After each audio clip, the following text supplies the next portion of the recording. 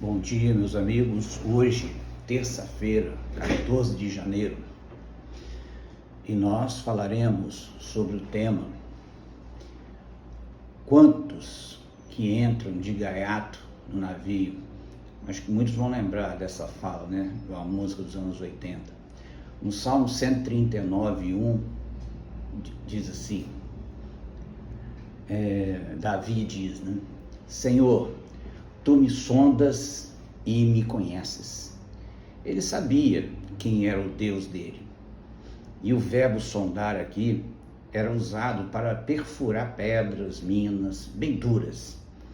Por isso que só Deus pode sondar o nosso coração. Nosso coração é duro como pedra. Mas, além de sondar, ele também intercede por nós. Em Romanos 8:27 diz: e aquele que sonda os corações sabe qual é a mente do Espírito, porque segundo a vontade de Deus é que ele intercede pelos santos. Nós já falamos sobre isso aqui, está no versículo 26 anterior. Observe o mundo ao seu redor e veja como ele precisa ser resgatado do mal que ele fora sujeito, em Romanos 8:20. Observe o que todos serão e já estão sendo afetados, independentemente de sua postura. Vamos semear justiça do alto e nunca a nossa justiça própria, ok? Provérbios 22:8-9 diz: quem semeia a injustiça colhe maldade. O castigo da sua arrogância será completo. Quem é generoso será abençoado, pois reparte o seu pão com o pobre. Entrar de gaiato no navio é entrar pelo cano. Lembra a letra? A letra dos Paralamas do Sucesso, na década de 80.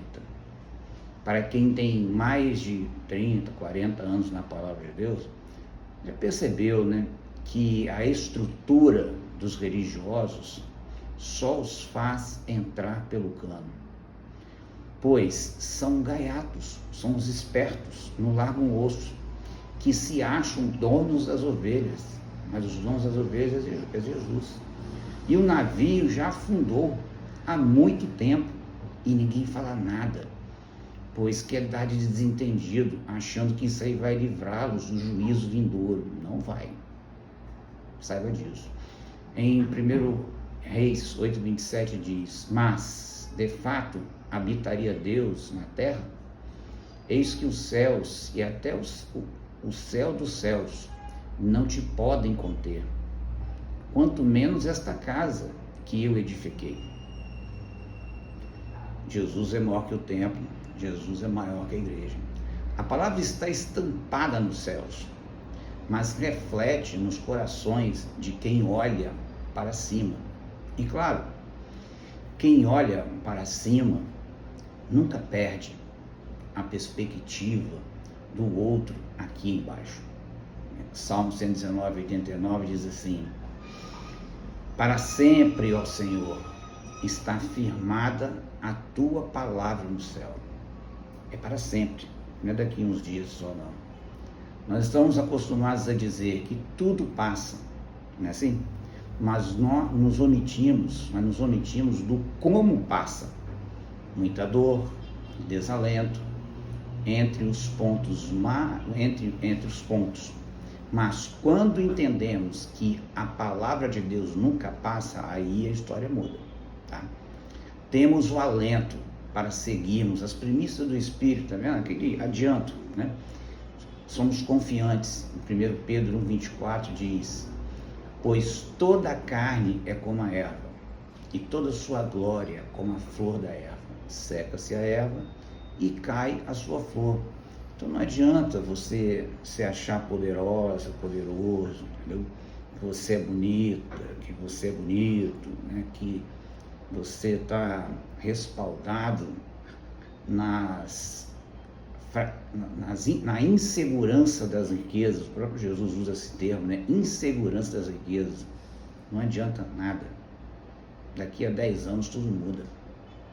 Sua aparência vai mudar, você vai ficar mais velho e não tem cirurgião plástico que resolva, porque os órgãos também vão falindo. O nosso destino é começar por aí, ó. Deu vento, seca, murcha e o vento leva, tá?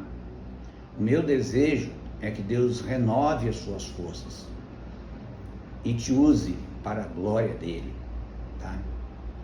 Lembrando, quantos entram de gaiato no navio? Antes de terminar, irmãos, isso me faz lembrar a história de Jefté. Jefté, o gileadita, né? Jefté, ele era, vamos dizer assim, neto de Manassés, né?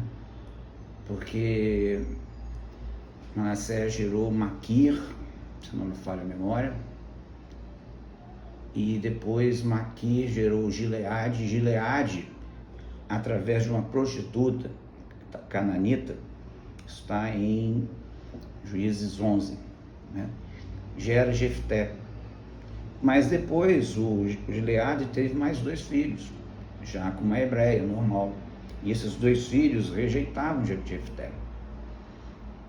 E nessa briga pelo poder, né, a história é bem comprida,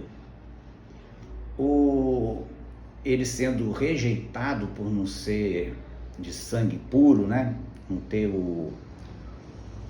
como fala, o pedigree, né, como muitos gostam, né, você não tem pedigree. Mas ele estava defendendo Israel, entendeu? Principalmente a terra dele, lá nas montanhas de Gileade. Entendeu? E queira ou não, ele era descendente de Manassés, apesar dele ser filho de uma prostituta. A coisa é tão séria, irmãos, que você olhar no capítulo 12 de Juízes, mais à frente um pouquinho, os efraimitas que não o aceitavam, da tribo de Efraim, ficaram perguntando para ele: vem cá, você não pediu a nossa ajuda para lutar contra Amon? Lembra de Amon, Moabe, né? Eram filhos das filhas da mulher de Ló.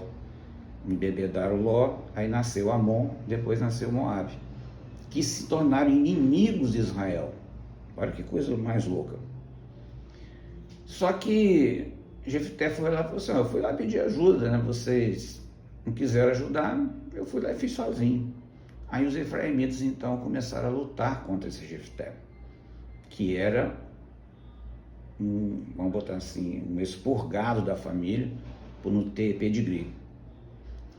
E ele então, para descobrir quem era e quem não era, né, naqueles vales, né, fala val do Jaboque, val do Jordão, essa expressão val é partes secas assim do rio, né? Foi até ali um local desse que Jacó lutou como anjo do Senhor, né? Mas o que importa é que Jefté teve uma ideia brilhante e ele mandava as pessoas que passavam por ali falar a senha, né, vamos dizer assim, Shibolete, que quer dizer alguma coisa de trigo, né? Outros falam que é algo, águas correntes, mas tem a ver com trigo. E só que os efraimitas, né, que falavam um hebraico bem das antigas, eles não conseguiam pronunciar a palavra Shibolete. Eles falavam Zibolete, entendeu? Seria com um S. E o Shibolete seria um CH ou um SH. Nessa, Jefté esperto entendeu que eram os efraimitas que não conseguiam falar Shibolete e sim Zibolete. Ele só matou 42 mil pessoas. Esse número é questionável, alguns teólogos não aceitam, mas é o que está na nossa Bíblia, né? E se você olhar lá no capítulo 11, né, você vai no capítulo 11 de Hebreus, Jefté está nos heróis da fé. E esses dias eu vi uma pregadora aí do Evangelho, né, falando que Salomão, né, Davi não, foi um homem de Deus, né? Mas ele teve 8 mulheres, tá? Mas Salomão teve 1000. Então ela está falando sobre o casamento, né, e tudo, mostrando que Salomão não foi salvo. Eu falei assim, gente, isso que é absurdo. Se ele faz parte da genealogia de Cristo. Aí eu faço a seguinte pergunta para você. Pare e pense no caso de Manassés, né, com o pai dele lá, Ezequias. Deus manda o profeta Isaías chegar para ele e falar assim, ó, conserta a tua casa aí, que você vai morrer. Aí Ezequias, o profeta Isaías saiu assim, mas não deu 5 minutos, entendeu? Deus falou com ele assim, vou 10, vou botar 10. Falou assim, vai lá e volta, porque eu ouvi a oração de Ezequias. Oração rápida, né? E Deus ouviu. Fala para ele que eu vou dar mais 15 anos de vida a ele. Aí o profeta foi lá e voltou rapidinho e falou, ó, Deus ouviu sua oração aí, que você se humilhou e tudo, e vai te dar mais 15 anos de vida. É incrível como que o ser humano não tem, falta muita comunhão com o Pai, né? Ele falou assim, então eu quero que você prove aí, entendeu? Que eu quero que o relógio de Acaz volte 10 graus. 10 graus, irmão, seria 20 minutos para os dias de hoje, tá? E Deus fez a sombra do relógio de Acaz voltar 10 graus. Se a sombra volta, irmãos, é porque o planeta Terra, na sua rotação, muda também. Tudo muda. E se um planeta muda, o outro também muda, o outro também muda, o Sol muda, tudo muda. Porque Deus é o Deus da criação, Ele é o Criador. Mas o mais incrível, que nesses 15 anos, nasce quem? Manassés, que significa Deus se esquece, ou Deus se esqueceu, ou esquecido de Deus, vai depender ali do contexto, né? E aos 12 anos, 3 anos antes, né, de se cumprir a profecia de Ezequias morrer, ele estava reinando junto com o pai. E esse cara reinou 55 anos em Israel. E ele fez tudo que era errado que você pode imaginar, ele fez. Ele serviu a Maloque, significa que ele colocou fogo nos bebês das mulheres que ele tinha, né? Ele serviu ao horóscopo, né, que muita gente segue essas coisas, né, os 12 signos, o zodíaco, o que o profeta Isaías condena abertamente. E ele teve ainda a coragem de pintar aquilo no templo, entendeu? Mas você sabia que no final da vida dele, ele pede perdão e Deus o perdoa? Isso é no Velho Testamento. Agora, olha no Novo Testamento, lá em Atos dos Apóstolos, Ananias e Safira. Todo mundo estava ofertando para os apóstolos ali. Eles também pegaram uma oferta voluntária do coração deles. Mas no meio do caminho eles resolveram fazer o seguinte, ó, vamos pegar a parte dessa oferta aqui, é nossa mesmo, né? E em vez de a gente entregar 100%, a gente entrega só 80% e fica com 20% para nós. Eu estou dando um exemplo, essa porcentagem aí não está escrito na Bíblia, não. Eles precisavam fazer isso? Não. Era só falar, nós vamos dar 80%, tá? Mas eles deram como se fosse tudo que eles tinham. E o que aconteceu? Os dois morreram. Não teve nem tempo para respirar, nem tempo para orar. O outro teve 15 anos, né? O outro teve mais 55 anos para fazer tudo de errado. Esses dois no Novo Testamento não deu 24 horas. Por isso que é importante você não julgar ninguém. Você não sabe qual é o propósito de Deus na vida dessa pessoa. Fique atento para vocês, religiosos, que se acham o dono da verdade, o dono da igreja. Eis aqui Jesus, que é maior que o templo, maior que Moisés, maior que Abraão e é maior que a igreja também. Tá? Um dia, todo o joelho se dobrará. E você que se faz desentendido, como se nada tivesse acontecido, que não é com você, você vai sofrer o juízo de Deus também. Que Deus lhe abençoe, te dê uma terça-feira abençoada e que você entenda o propósito de Deus na sua vida. Amém.